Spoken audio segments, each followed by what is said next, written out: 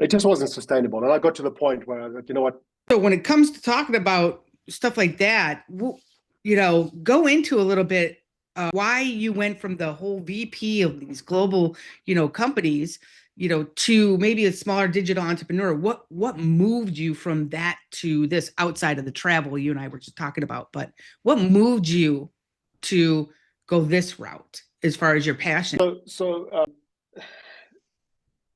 as I told you a little earlier, we before we started this podcast, I was traveling like crazy, and in some years I was flying over 400,000 miles, and it just wasn't sustainable. And I was literally commuting in between Los Angeles and Milan to our corporate headquarters 2-3 times a month, right? So Yeah. so it just wasn't sustainable, and I got to the point where I was like, you know what, it's time. You get that feeling, right?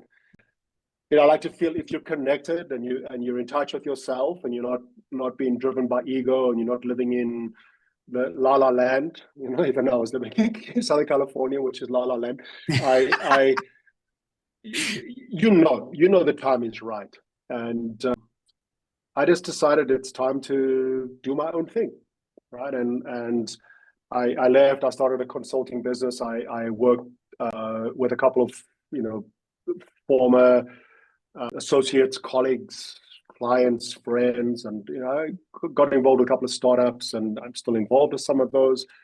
And then how I actually discovered this Vic ecosystem is I was working on a product